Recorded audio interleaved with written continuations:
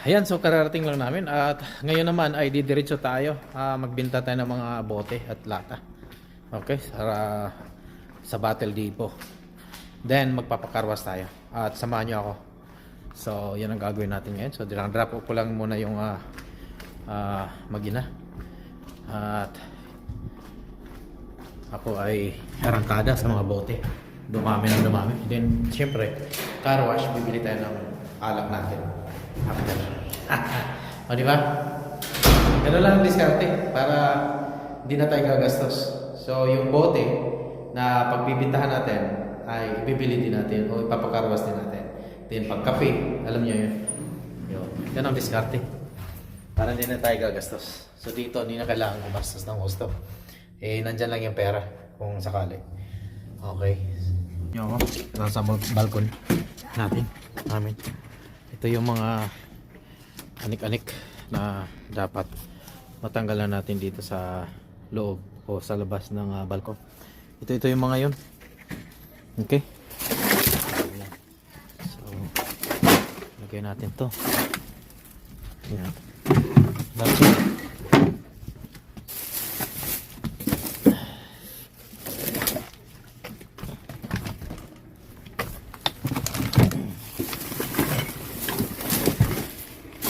Yan, ito bote ito. Puro bote lahat yan. Yan. Yan. Ang diskarte nga yan. So makapagkarwas na tayo. Okay. So ano pa mga bote na nandito? Wala na. Okay. Okay, so ganun lang kadali ang kaperahan natin. Ayan. Ito naman ay mga damit to na hindi na ginagamit. Ay gano'n natin. Dispose na rin natin yan. Ayan lahat. Medyo marami yun. So tingnan natin. Ayan. Ayan na lahat.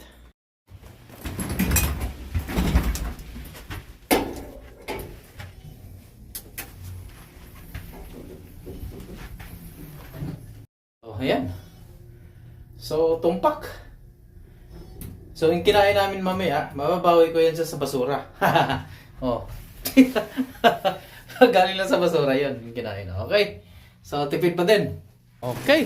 So, kayang-kaya natin yan. Oh, di ba? May pera nga sa basura.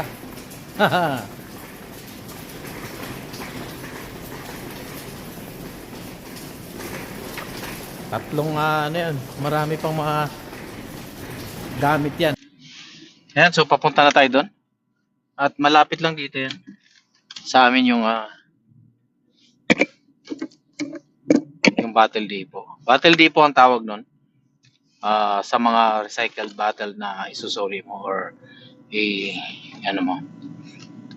So lahat ng mga binibili mo dito may deposit yung mga bote, mga Tetra Pak, mineral water, mga lahat, juice, gatas, mga dairy product.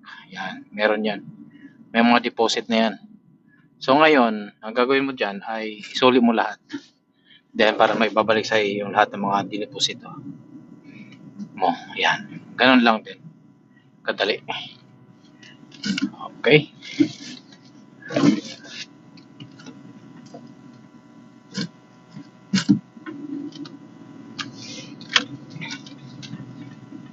Then makapagkakarwas na rin tayo.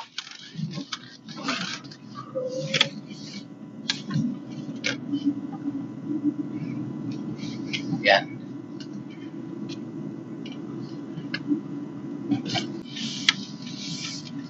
Yan, dito. Dito na tayo. Okay. So,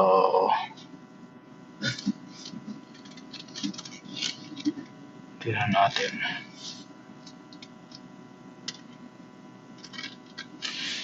Ano ba ito? Tingnan. Open ba ito?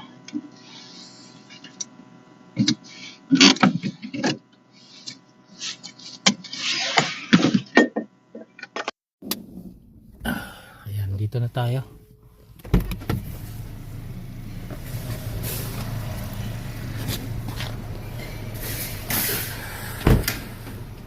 A few moments later. Yan. So, ito na. Kumikita na tayo ng pera. Kahit pa paano. Yan. So, naka $24 tayo. Yan. $4. Pakarwas na natin. Yan, dumami na yung nagpapalinis. Ayan. So, papunta na tayo doon. Tara. So, i-recycle. Recycle lang natin ang ating kaperahan. Ayan.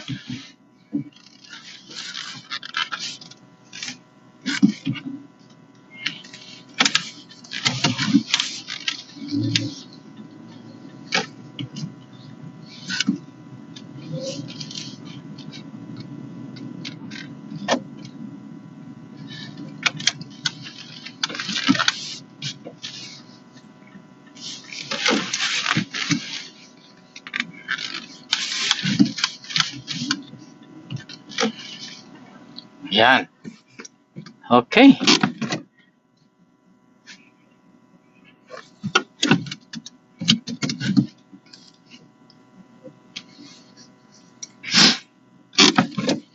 Ayan. So, konting kwentuhan muna tayo.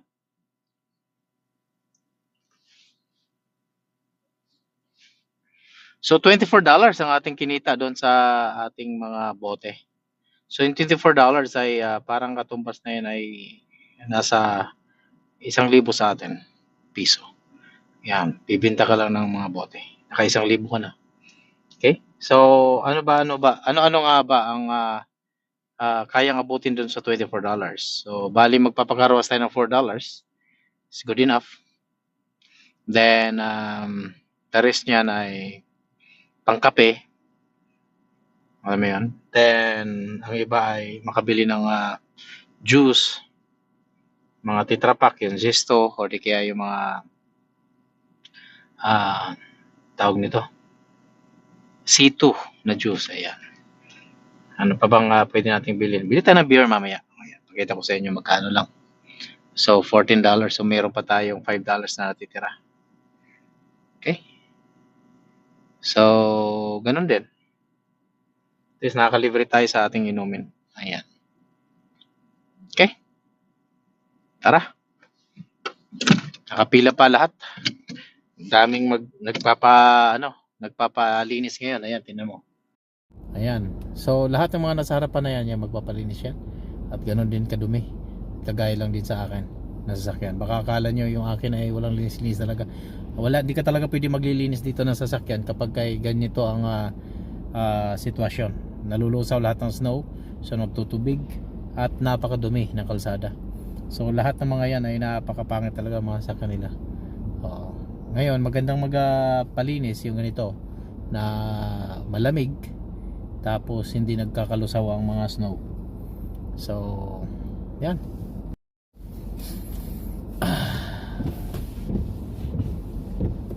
So i-video pa natin mamaya kung gaano lang kabilis ang $4 at gaano katipid yung $4. Kasi yung iba ang magkakarwas sila ay maabot ng $15 to $24. Yan ang minimum nila. Pero ako, kung ako magkakarwas ako through manually, talaga yung water wand nila. Ayaw ko yung automatic kasi ang minimum ng automatic ay nasa $15 to $24 ata. Hindi ko sure. So mahal. O di kaya yung talagang sashampuhan mo pa. Hindi naman ako ganun magsashampoo na. Ba't magsashampoo pa ako? Madudumihan din yun.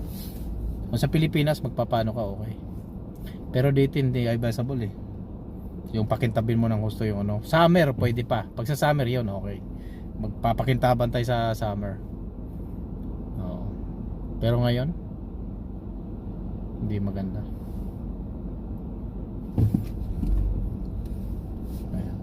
Pare-parehas lang naman kami Lahat kung gaano kapangit ang mga sasakyan nila.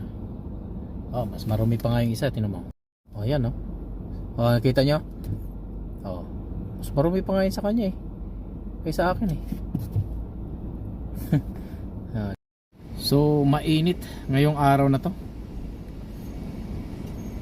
Yan, sobrang sikat ang araw.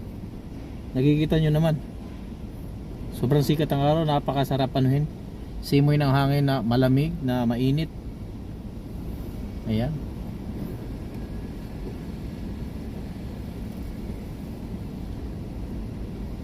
Mamaya pupunta si Kuya Oliver sa bahay. Magpapaturo siya kung paano ano. So baka magsha-shot kami mamaya. Kaya yo.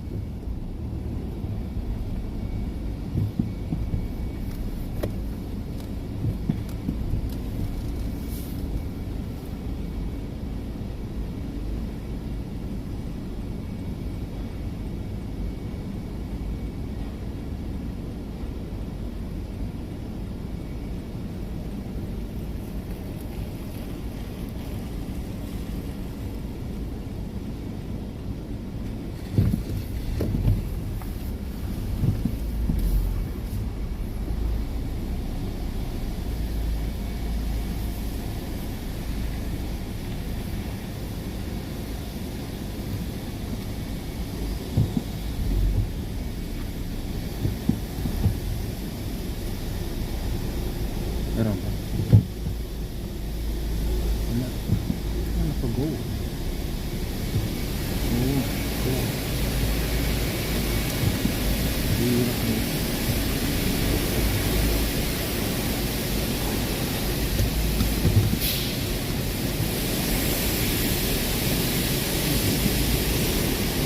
Go! Hahahay! Tara! Tingnan natin.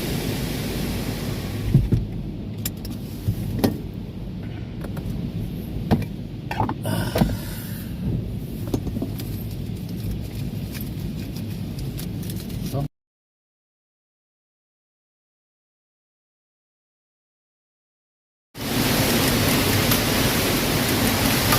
kailangan pabilisan lang ito. Okay. Yan, 3 minutes.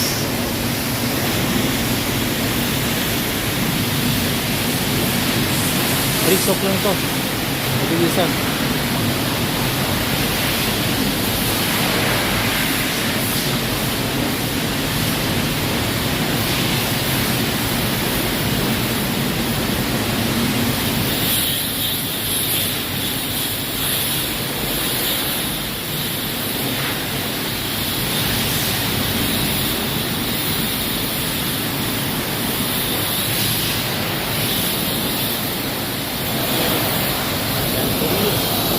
Ayos na yan.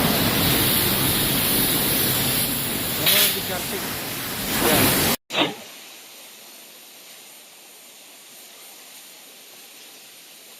So, umilit ka na, malinis na. Ganun kadali lang.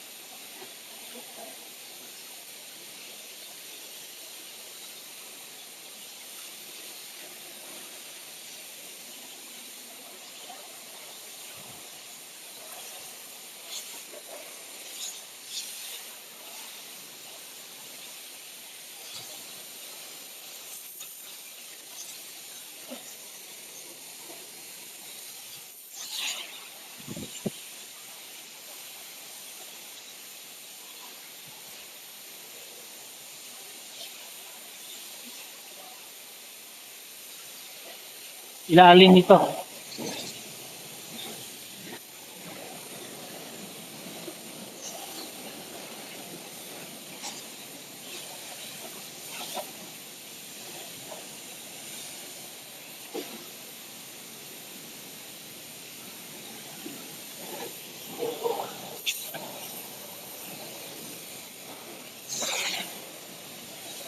Sobra pa oh. Ganun lang kadali.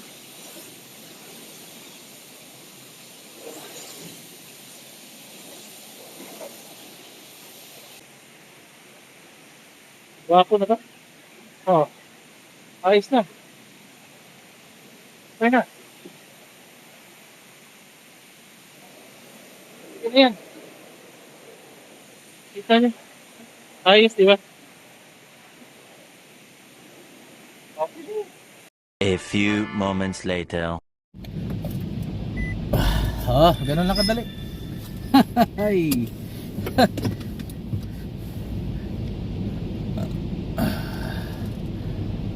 Okay, so tara. Tapos na tayo magpapakarwa. So ang gagawin natin next ay bibili tayo ng beer. Okay. Beer tapos juice ni Chloe.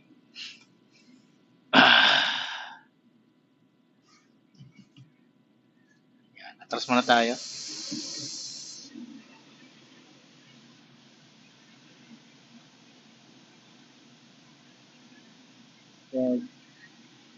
So gagawin itong ano to, magmamadali.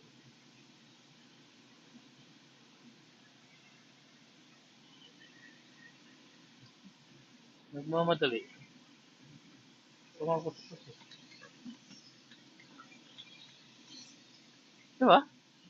Madali ng madali. Ikaw pa rin ko idadaan eh. Hindi nila alam. Saan ba yung pilihan natin ng alak ngayon dito? Tara, bili tayo ng alak.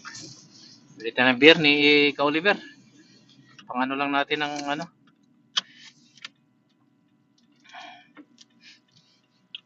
Magwi-withdraw tayo ng pera. $24. $25 pa na pambayad kay Kuya Oliver. Mamaya. So, ano na kadali?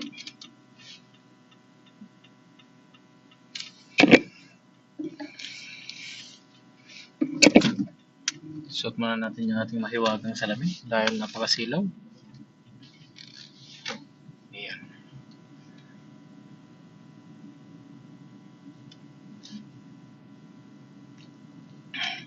Ang bilihan ng alak dito ay hindi mo mabibili sa supermarket kundi tinatawag din nilang liquor depot. So doon mo lang mabibili sa mga bilihan din ng alak. Hindi kagaya sa atin, di ba? Pwede mo mabibili sa supermarket, sa CBC Market, kahit sa Mercury Drug meron eh. Diba dito hindi.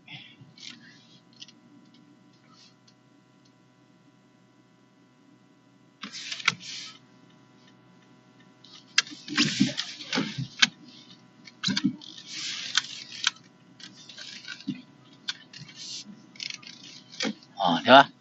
So, pare-pare na kami ngayon. Nagwapo ang ano. Okay? Ay. Di ba? So tara. Punta ulit tayo sa bilihan ng alak. At meron tayong $20 dito. Ganun lang kadaliin. Okay. Bye. So, ito na naman. Nakabili na naman tayo. Dumamo na ako ng cotton buds. Yan. Bumili tayo sa ating nabintahang ano. So, ito yung sobra pa. Bumili tayo ng cotton buds. Sketchbook ni Chloe. So, all good. Tapos, yeah, ganun lang. Then, pauwi na tayo.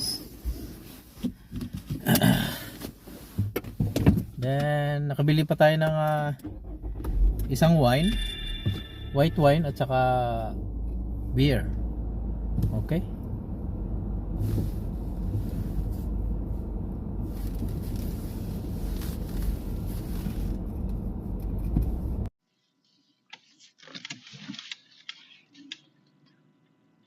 Aha. So nakapag car wash na tayo. Bili pa tayo ng cotton buds. Nabili pa tayo ng sketchbook ni Chloe. Yan.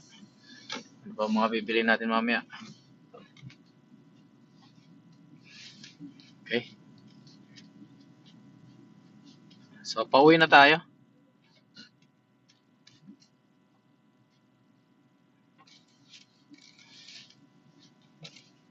So, may natitira pang $15.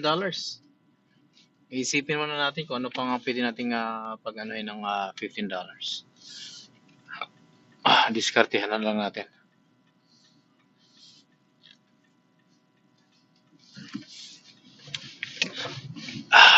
Mag-withdraw tayo dun sa ano kasi may utang tayo kay Oliver. So, yun.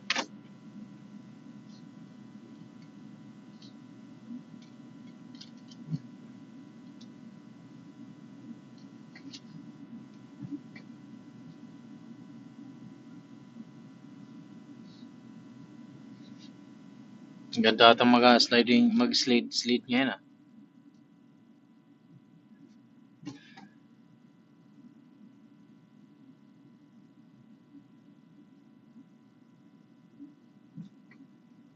Withdraw mo tayo ng $20. Wala tayong cash. Then magpapagas din tayo mamaya.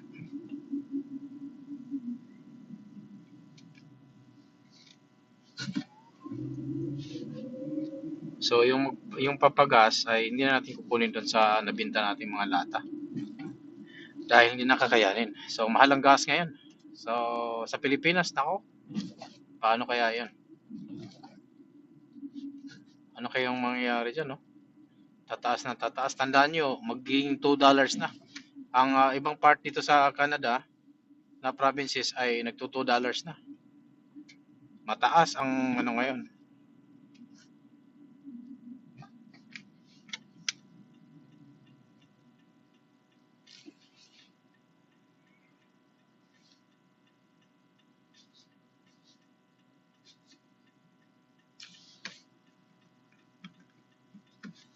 $2.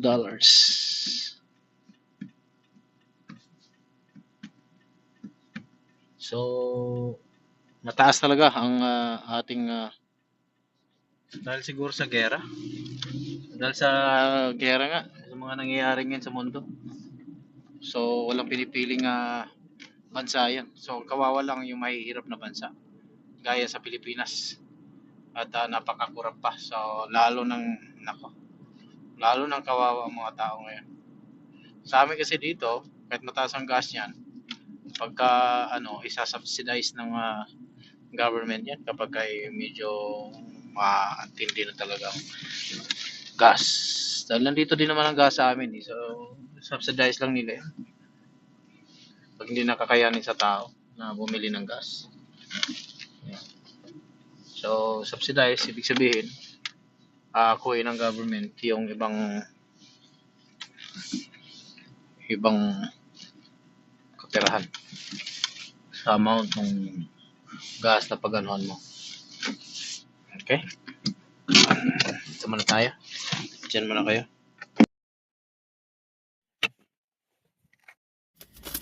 Okay, so tapos na naman ang ating ibang transaction. Pauwi na tayo, then mamaya ihatid natin si Haki, then tawagan natin si Oliver para pumunta sa bahay.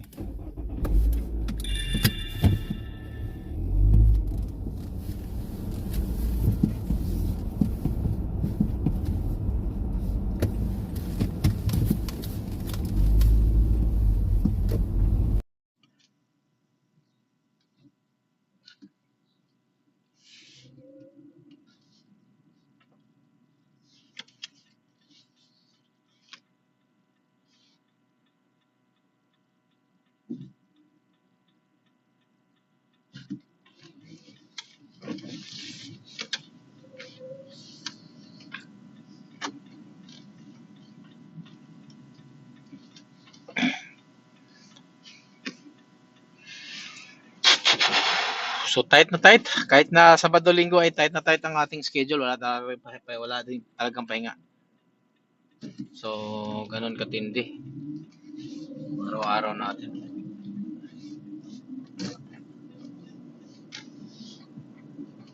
Malagay, marami tayong natapos. At bukas naman ay papasok na naman na. Pang-araw-araw nating pasok. Trabaho. Ayan. So, pero nakumpleto lahat ng araw.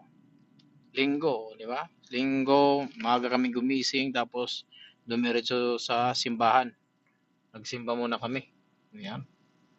So,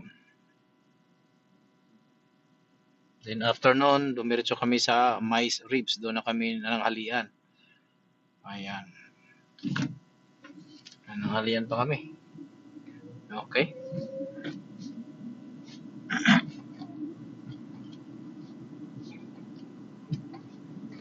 Ayan, pauwi na tayo mga kaparikoy. So,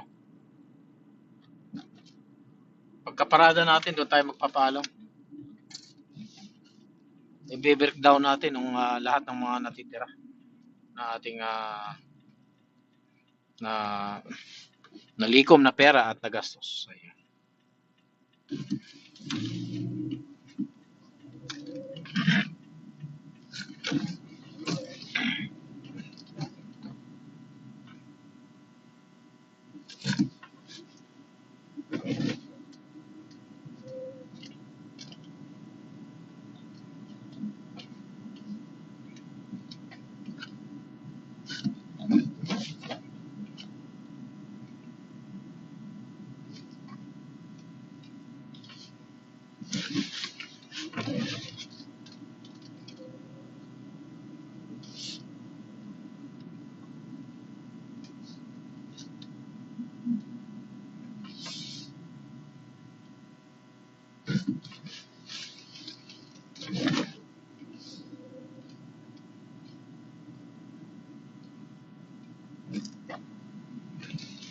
So, bawat araw ng ating mga buhay Canada ay naka-video yan.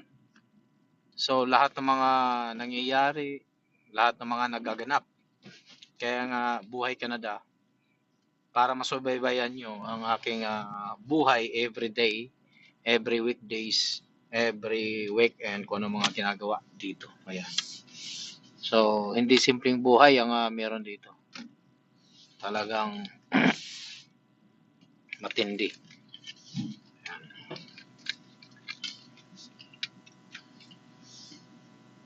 Kaya kahit umuwi ako sa Pilipinas, ay pinag-ipunan, napakahirap. Pagdating talaga sa uwi sa Pilipinas, ay mahirap talaga ang mag-ipon. Kasi wala talagang extra. Yan, wala talagang kami ka-extra. Yan, sakto lang talaga sa pang-araw-araw. Sabi ko nga sa inyo, hindi ka mahirap, hindi mayaman. Ayan. Kinakain ka, makakalabas kayo sa isang araw, weekdays, makakatawa ka, ganun. Isa lang ang trabaho. Ano ba yun? Hindi double job.